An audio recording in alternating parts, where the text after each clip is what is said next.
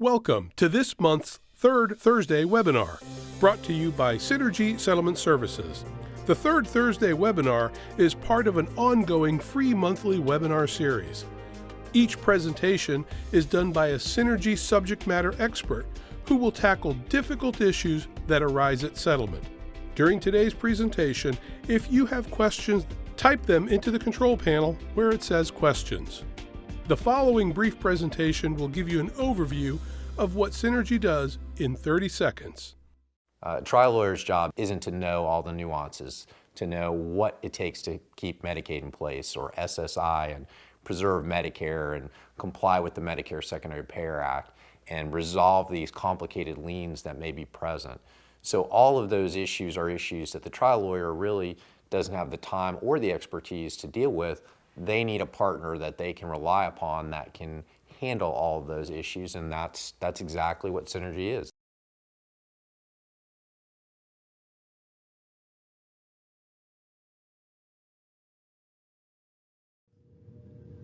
Good morning, good afternoon. Welcome to our Third Thursday webinar brought to you by Synergy Settlement Services. My name is Josh Pettengill. I will be your host for today. Thank you all for making time for this presentation. You could be anywhere in the world, but you opted to be here intentionally to learn something new and to help your practice. Before we get started, I would encourage you all to write down your questions as we fly through this presentation today. I want to get you out of here in about 45 minutes, including Q&A after the session. We also offer complimentary CLEs on any of the topics here that you see on this screen. We're happy to come to your office by way of the webinar or in person, feed you a nice meal, maybe learn some CLE credits complimentary of Synergy. We do this all the time. If you're interested in this service or in having us come do this for your law firm, please reach out to us after this webinar is completed.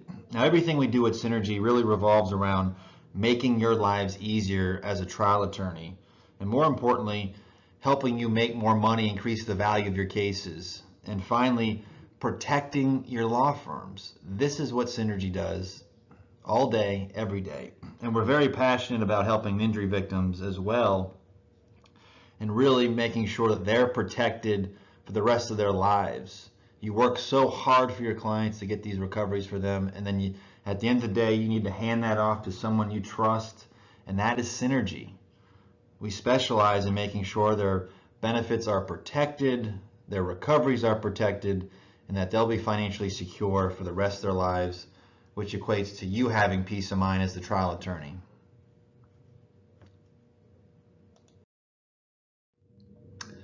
Again, my name is Josh Pettengill. Here's some tidbits about myself. Pictured here is not me, but my kids, age 9 and just turned 11. This is a picture of us at a recent camping trip for a Cub Scout graduation. Now, leading up to this trip, we spent a tremendous amount of time packing all our tools, all our food, all our gear, all our tents, you name it. We were prepared and more than ready for this trip in our minds. Now, you can see in this picture here, my car is strategically located in front of our tent. Now, there's a reason for that. When we got to the campsite, it was freezing, much colder than we expected. And of course, we were camping right on the lake, which led to 40-mile-an-hour gusts of winds to go along with the 35-degree temperatures. Not a great combination.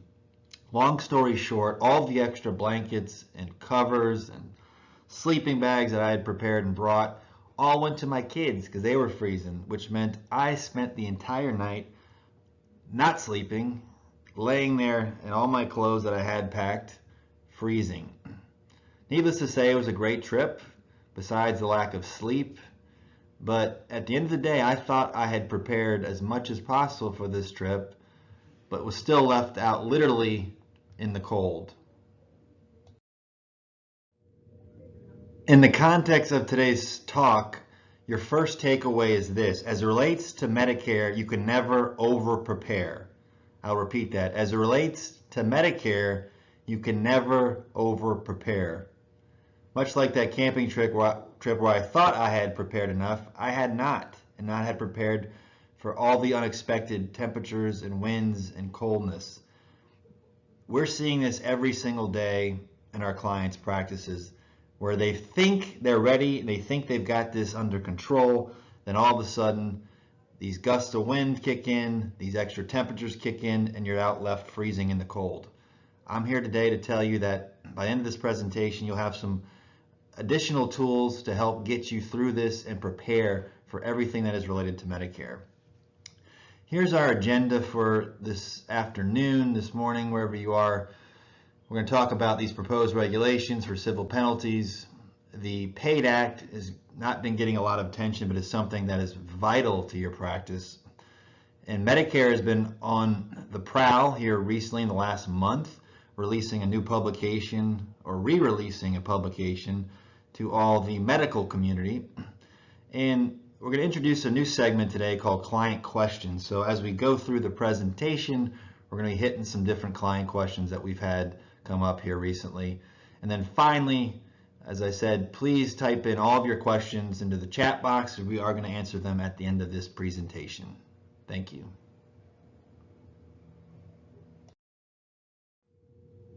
For those of you that don't have the attention span to make it 30 minutes, or for those of you that have to check out soon to go do something else, here are your key takeaways for the day. Number one, the rule on civil penalties for failure to report properly is going to cause a lot of action on your settlements.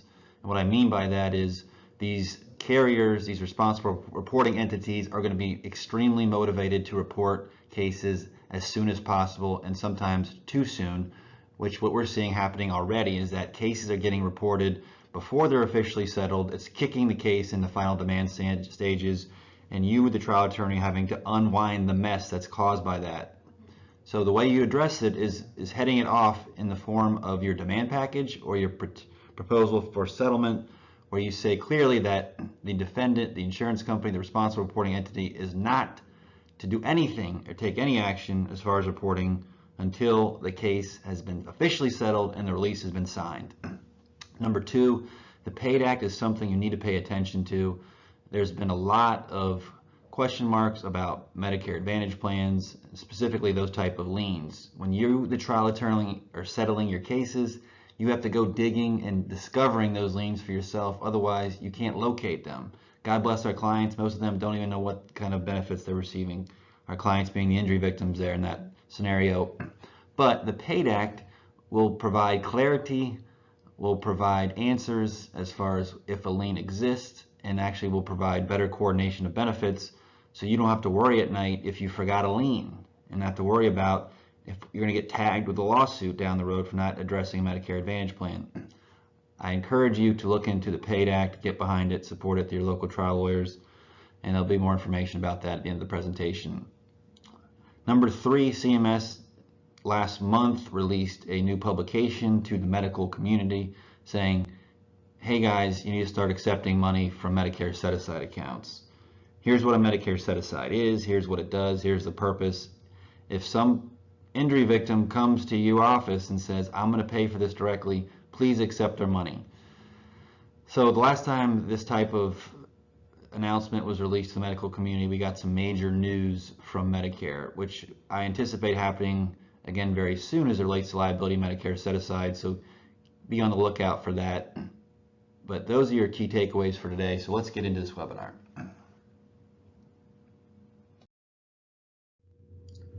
Since we're talking about Medicare today, all things begin and end with CMS, the Centers for Medicare and Medicaid Services. But for purposes of our discussion today, CMS, the acronym, stands for a much different thing.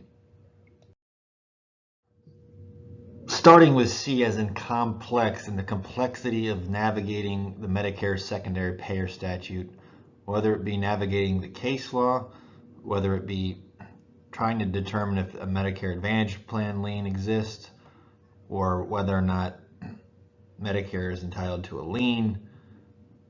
It's all become very complex, to say the least. M as in messy.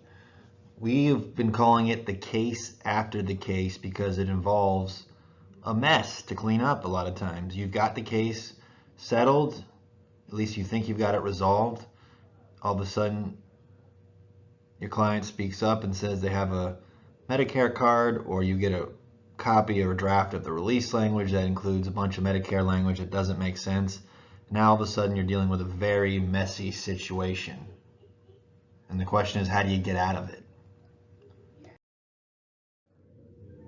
S as in slow.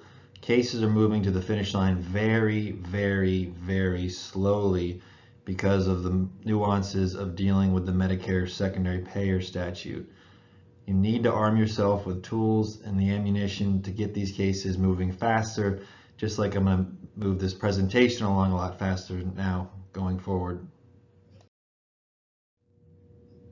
This takes us into fear. There's so much fear that exists in the world today, whether it be political fear, whether it be coronavirus fears, whether it be the financial market fears, or Medicare fears. Today we're drilling down to Medicare fears and squashing those fears.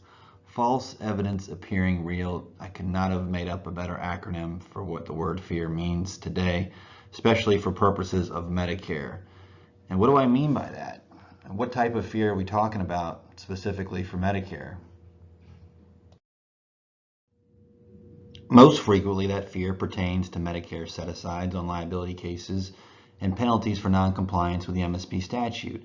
Who's got skin in the game, whose role is to do what, who can get hit with fees, who can get hit with penalties, what are the implications? Well, I'm here to squash that fear today and make sure that any fears you have in your head about Medicare are gone. I've used this slide in other presentations, but it's important to recap it as a lead into what we're going to be discussing today.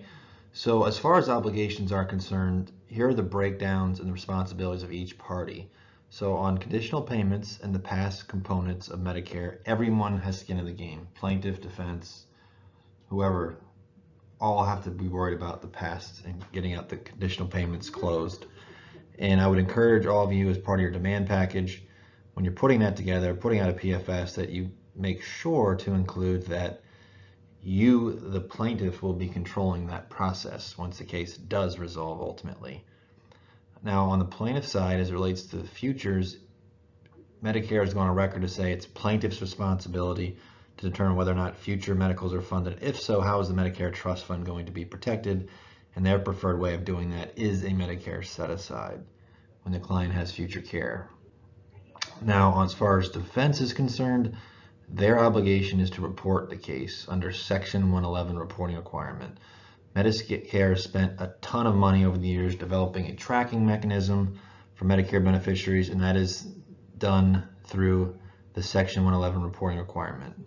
When you settle a case involving a Medicare beneficiary, that case is going to be reported, meaning Medicare is going to be aware of that case, and that's important for a lot of different reasons, which we'll go into.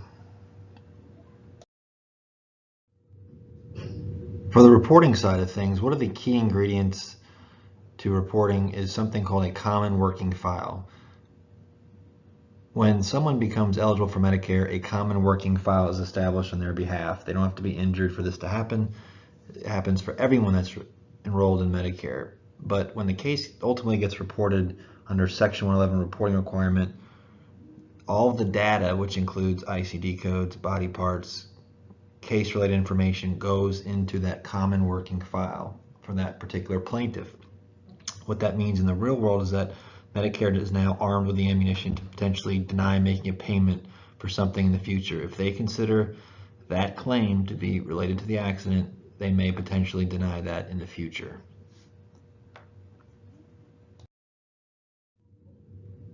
This leads us to our first client question of the day. My client was just accepted for Social Security disability benefits but does not have a Medicare number. Does the case have to be reported to Medicare? The short answer is no. You can try to report it. You can even try to request a conditional payment and nothing's going to pop up in the system. So a lot of times we get these calls and attorneys are asking us to look up to see if there is a lien that exists. Well, the first thing that we have to enter in as far as information is a Medicare number. If we don't have a person's Medicare number, we can't do a search for that lien. So the takeaway here is if a plaintiff never had a Medicare number either at the time of the settlement or prior to the settlement, it cannot be reported. To take that a step further, if you're in a situation where you're having a defendant ask you and hammer you for information about your client, you can go to them and say, look, my client does not have a Medicare number.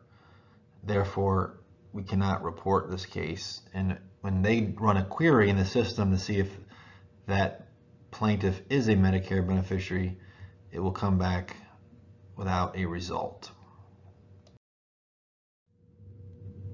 If you need some additional documentation to support this rebuttal back to the defendant, it can be found in the user guide for reporting requirements. You can see here that the injured party is a Medicare beneficiary, underlying Medicare beneficiary, in order for the case to be reported under Section 111. So we have a lot of clients that are calling us saying, Josh, I'm getting hit with requests for my client's information. My client's never going to be on Medicare or never was on Medicare. How do I respond? Well, here's how you respond. You give them a piece of this and say, look, here's straight from Medicare's mouth from the user guide that the case cannot be reported under Section 111 because my client does not have a Medicare number.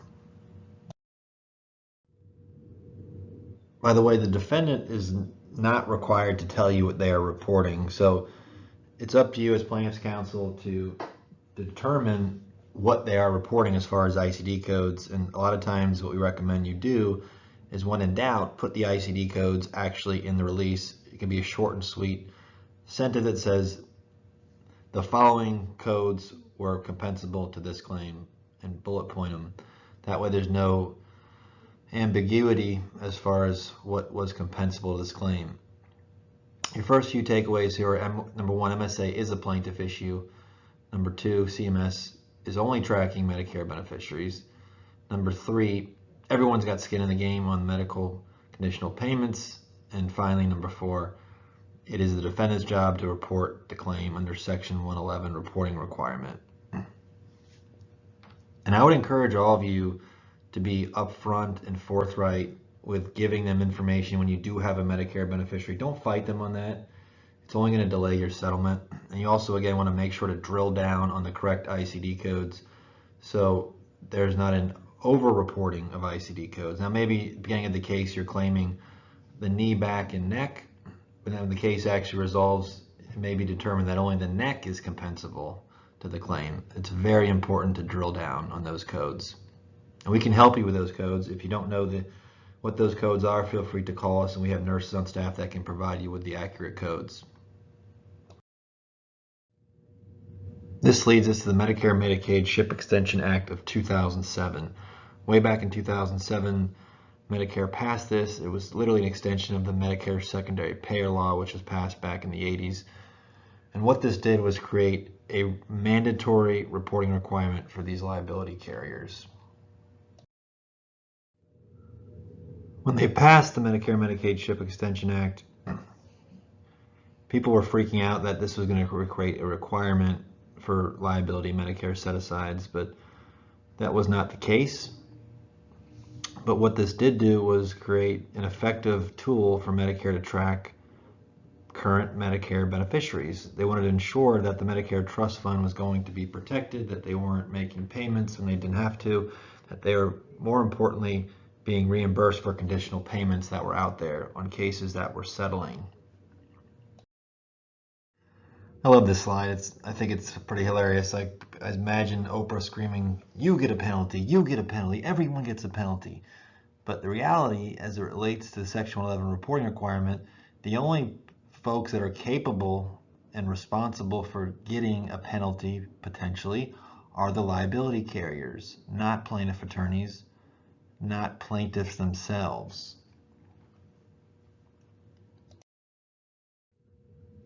The $1,000 potential penalty was stuck in there to incentivize and motivate these carriers to report these cases in a timely fashion. As far as plaintiff attorneys are concerned, where they could still get in trouble on conditional payments for not satisfying them are double damages. And there have been some cases, 4, 5, 6 cases here recently where law firms, plaintiff law firms, were hit with double damages and hit with lawsuits by the Department of Justice for failing to comply with the Medicare secondary payer statute. But these penalties are only related to the responsible reporting entities.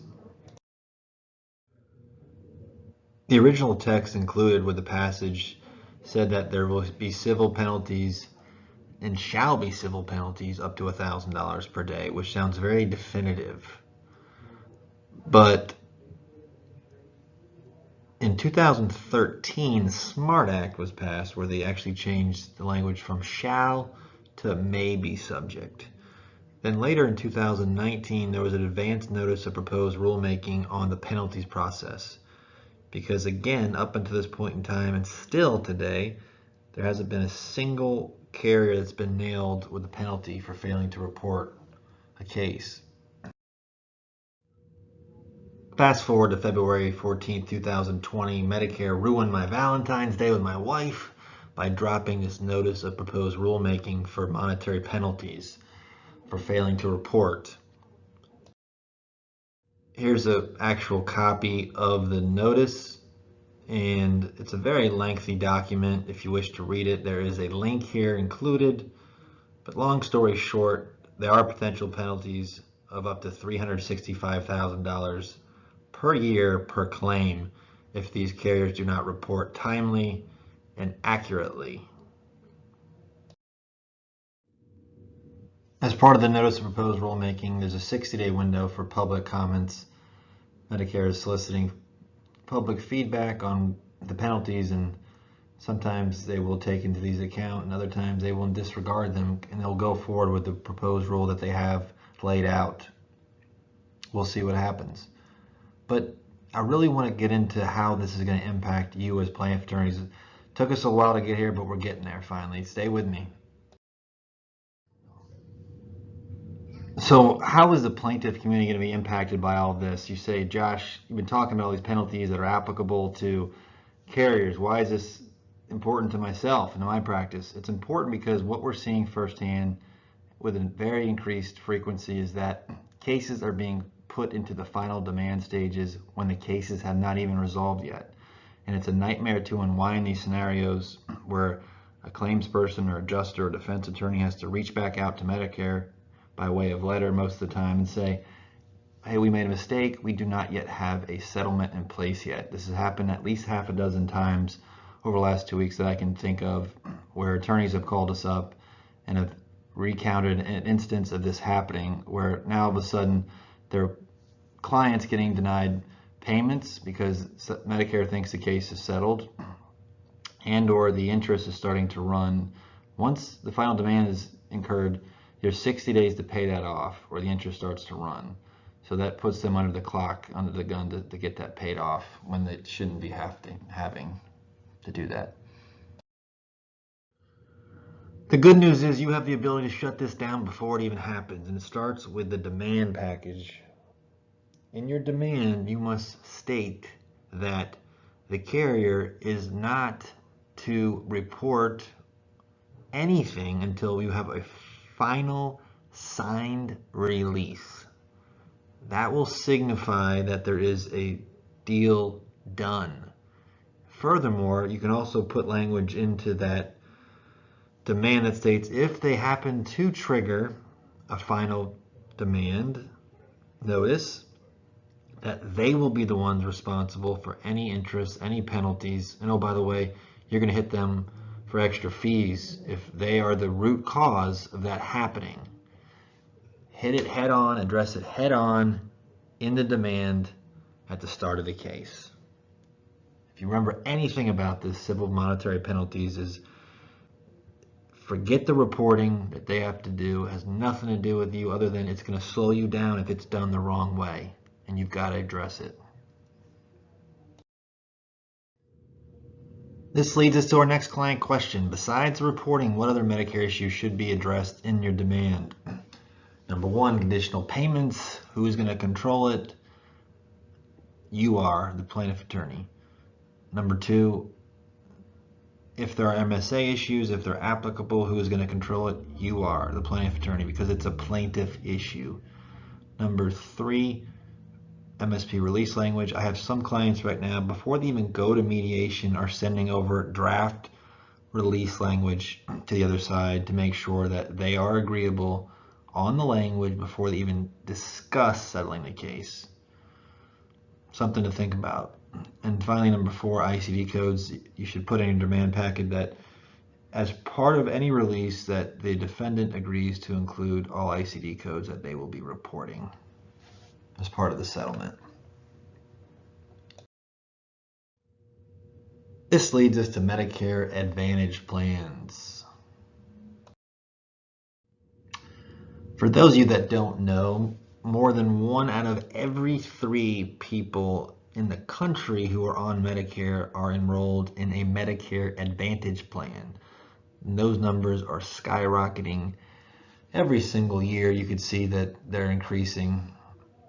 What does that mean on a practical level? There are over 22 million people enrolled in these types of plans, which means there's a heck of a lot of potential landmine liens out there that you needed to find out and discover and lock down and identify.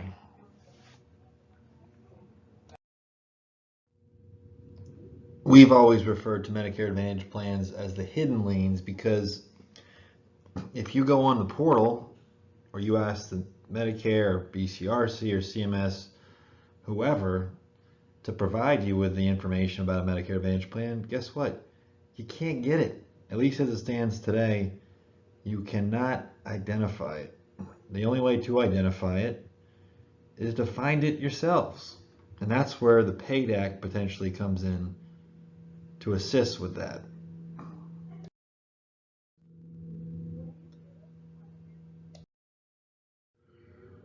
The PAID Act is a bipartisan bill that's been introduced in both the House and the Senate, and the purpose of this bill would be to bring transparency to Medicare plans, specifically the private plans such as Medicare Advantage plans as well as Part D plans. So you would be able to determine when you're settling the case if they exist instead of having to try to find them on your own and never even know what's going on with them.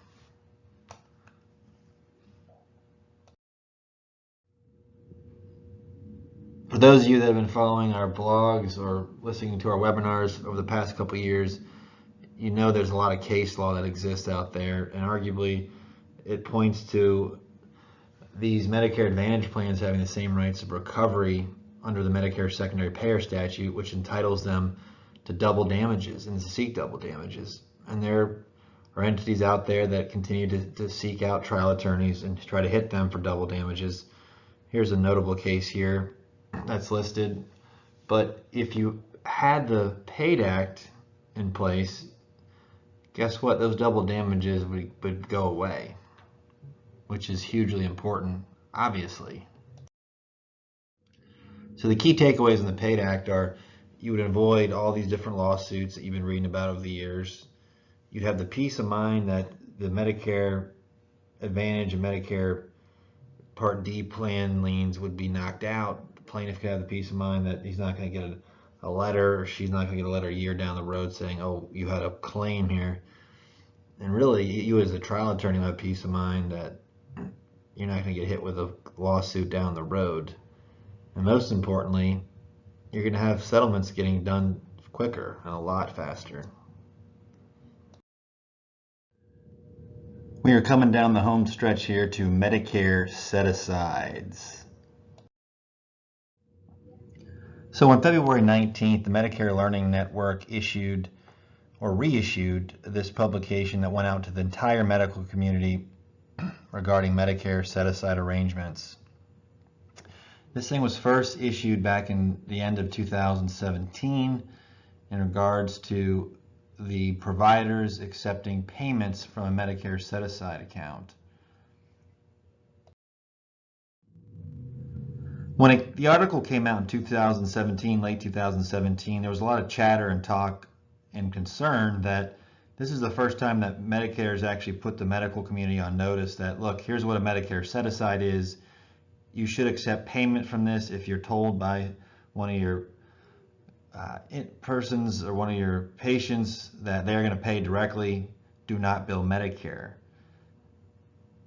And what happened was there were a few major announcements regarding liability Medicare set asides shortly thereafter, but nothing ever materialized as far as formal guidelines for liability Medicare set asides. That being said, this is the 5th iteration of this article.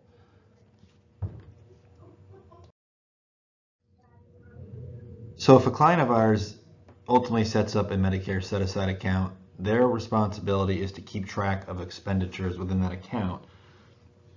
Per Medicare, they are going to want to see how funds were spent and if they were spent appropriately for accident-related care. What that means in the real world, currently for workers' comp Medicare set-asides, every single year on the anniversary year that their account was set up, they're supposed to send in what's called an attestation account to Medicare that shows the detailed expenditures within that account. So historically speaking, that had to be mailed to Medicare, believe it or not, mailed. But now they added another feature where these attestations can be provided electronically through Medicare. So they updated this new publication to include that information. Why that's important is because when a Medicare set aside is set up, the injury victim is supposed to tell their doctors or providers, do not bill Medicare. I'm paying for this myself. And they're expected to negotiate the best prices directly with their providers, which the providers can charge them anything, as we all know. They don't have to follow any fee schedules. And even if they're telling their providers to do this, it never happens, meaning these providers just continue to bill Medicare. And oh, by the way, Medicare in most instances just continues to pay those bills, even if they're related to the accident. Even though technically, in theory, Medicare could deny paying those bills if they think it's related to the accident. So what that means is you have situations where these Medicare set-aside accounts get set up and oftentimes never even spent. So this reminder to the medical community is saying, look, if this is being said to you and told you that the person has a Medicare set-aside, you need to accept payment directly from that person. So there's multiple reminders throughout this publication that these Medicare beneficiaries are technically supposed to be advising their providers that they have this Medicare set-aside account purposely in place to protect Medicare's interests.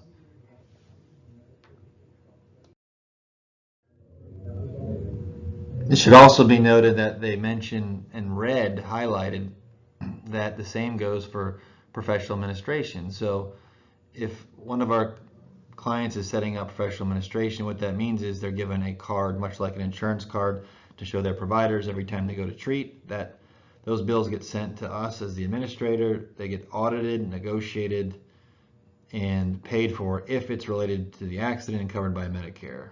If it's not, the administrator will deny paying for it and they'll send the bill to Medicare. Or if it's not covered by Medicare and not covered under the Medicare set-aside account, they'll just send a letter to the, or notification to the beneficiary saying it's not covered by either. So practically speaking, even though we have situations where there's a professional administration in place, there are oftentimes situations that these medical providers still just continue to bill Medicare directly, and then subsequently Medicare just continues to pay, regardless if there's professional administration or not.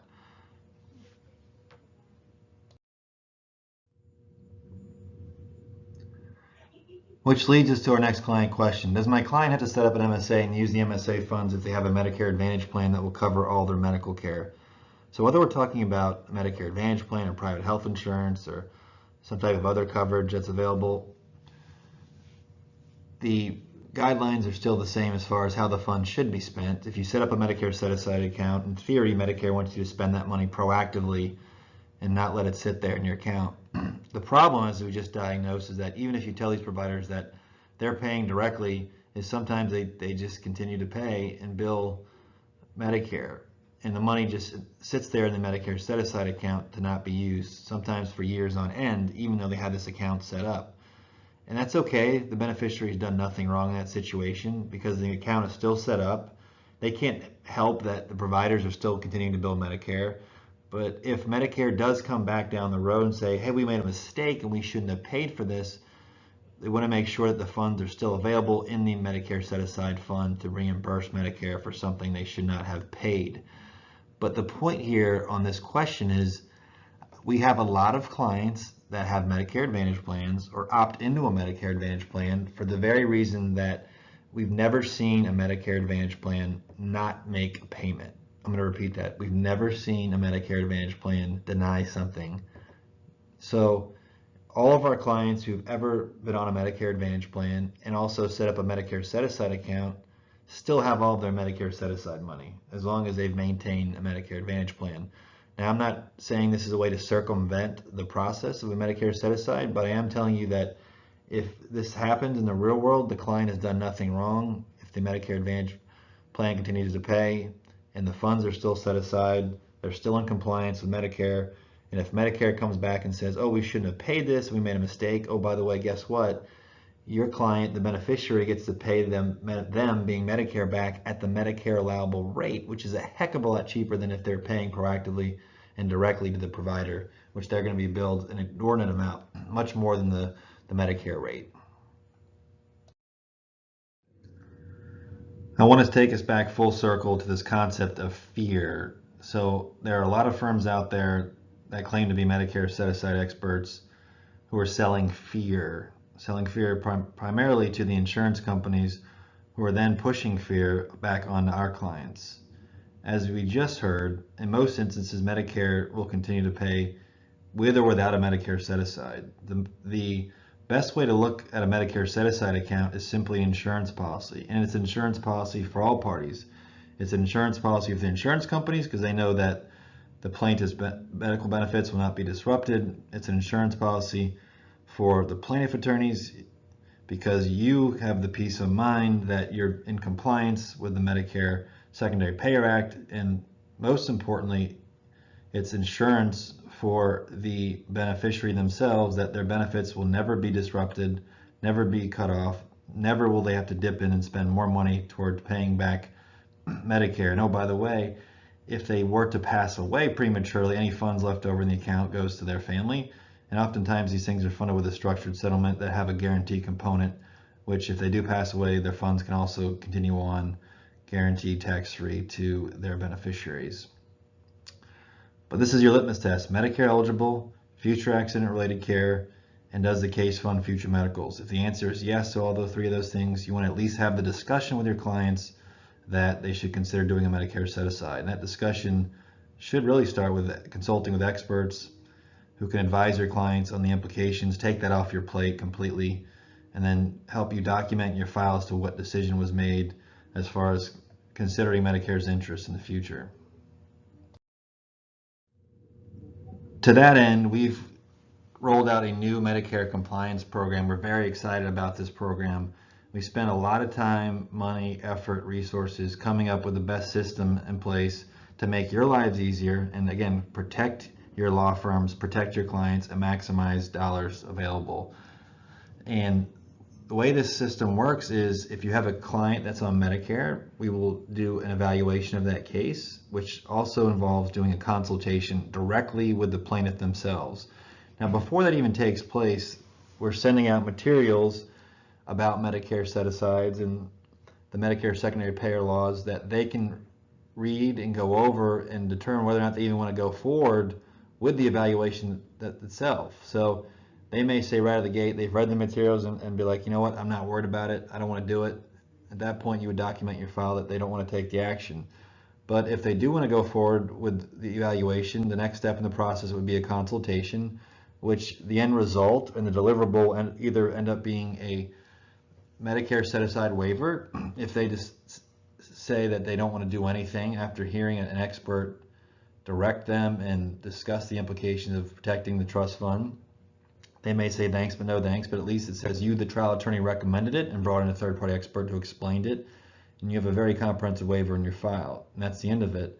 But there are situations as well that after doing that evaluation, it's determined that there's no need to do a Medicare set-aside, and we can put together an MSA evaluation letter, what we call a no MSA letter, that says for the following reasons there's no need to do a Medicare set-aside and Medicare's interests were properly considered at the time of the settlement. You stick that in your file, You can have the peace of mind that you've considered Medicare's interest. You can go on to the next case.